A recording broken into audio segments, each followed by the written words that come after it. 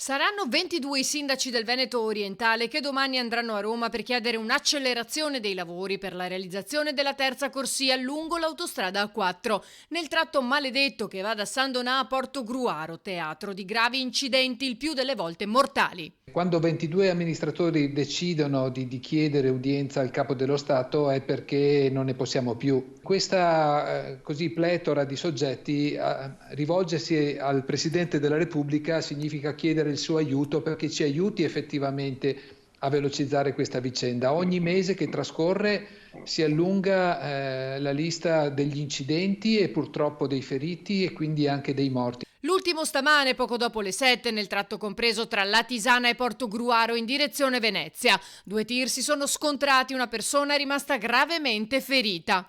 La proposta, condivisa anche dalla Fondazione Think Tank Nord-Est, formata da imprese e associazioni di categoria tra Veneto e Friuli, che però vuole sia coinvolto anche il ministro Salvini, è quella di adottare il cosiddetto metodo Genova. Non possiamo aspettare il 2026 per veder finita un'opera di 30 chilometri di strada normalissima.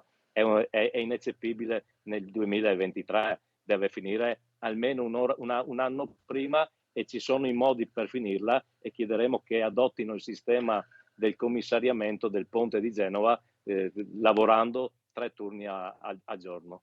Nel frattempo però noi vorremmo anche che si pensassero a tutte quelle misure di mitigazione della velocità o tutto quello che può concorrere per aumentare la sicurezza nel tratto, che passi attraverso il potenziamento della polizia stradale che già sta facendo un lavoro egregio, che passi attraverso la presenza di tutor o di altri sistemi perché si possa andare più piano.